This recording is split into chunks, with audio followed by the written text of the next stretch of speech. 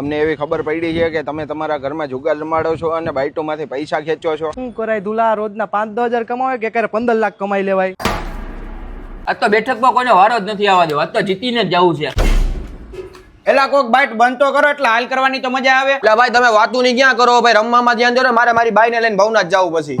ધુલા ક્યાં ધ્યાન છે તારું? તારો વારો આવ્યો. હા બોલો ને, શું કરવાનું છે? તું બેઠો છો અહીંયા પણ તારું મન નથી અહીંયા. તમને મારે એક વાત કેવી હતી. બોલને શું કેવું છે? તમે બધા રમવા શું કામે આવો છો? પહેલા એવું કેમ પૂછે હો? પણ તમે બધા મારા પ્રશ્નોનો જવાબ આપો ને. હું તો ભાઈ મારા માવાના પૈસા કાઢવા આવું. ભાઈ હું તો ખાલી મોજ આડું રમવા આવું, આની કઈ કમી નથી. એલા ભાઈ ખોટું ક્યાં? હું તો મારા હપ્તાના પૈસા કાઢવા આવું. તો તમને મારે એક ઓફર દેવી છે. એવી ઓફર? મને એક પોલીસ વાળાનો ફોન આવ્યો હતો કે ઘરમાં તમે જુગાર રમાડો. એટલે ભાઈ આજ મારો પેલો દી છે, જોજો કે મારા મમરા ભરાઈ જાય. એલા ભાઈ આ જાડિયાની વાત ખબર પડી છે. તો મારી વાય હું કામે ભાઈ હવે? એલા ભાઈ મેં વિનુભાઈ કાલે માવો લેવો કે ન્યા જા બોલી ગયો તો અમારા બેઠકમાં જવાનું, એટલે માવા ઘટવા ન જોઈએ. તારો બાપ બેઠક તો ઘણી હોય, એટલે તમે જુગારની બેઠક નું કીધું તું? એટલે ભાઈ તમે બે ઘડીક વાર શાંતિ રાખો ને. શું કહેતો તો તું કે મને કે તમારી ઘરે બધા જુગારીને બોલાવો. પછી હું અમને ધરી દેવાને એને? ઘડીક વાર ડૂટીએ થૂક મૂકી.